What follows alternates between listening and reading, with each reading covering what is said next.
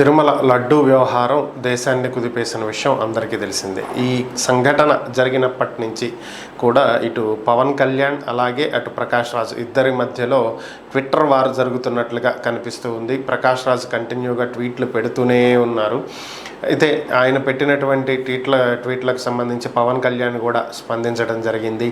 ప్రకాష్ రాజు చేసినటువంటి ట్వీట్లు అసలు ఏం జరిగింది ఏంటి అనేది కూడా తెలుసుకోకుండా ఆయన మాట్లాడటం అనేది కాస్తంత అసహనానికి గురి చేసినట్లుగా పవన్ కళ్యాణ్ తెలియజేయటం జరిగింది. దీంతో పాటుగా ఢిల్లీలో ఉన్న మీ స్నేహితులు అని చెప్పి ఆయన మాట్లాడటమే కరెక్ట్ కాదు అని చెప్పి పవన్ కళ్యాణ్ చెప్పడం జరిగింది. బేసిక్గా మేమిద్దరం మంచి మిత్రులం అని కూడా పవన్ కళ్యాణ్ చెప్పారు. అయితే ప్రకాష్ రాజ్ ఈరోజు కూడా మరొక ట్వీట్ పెట్టారు. దీంట్లో ఐఎమ్ జస్ట్ ఆస్కింగ్, మనకి ఏం కావాలి?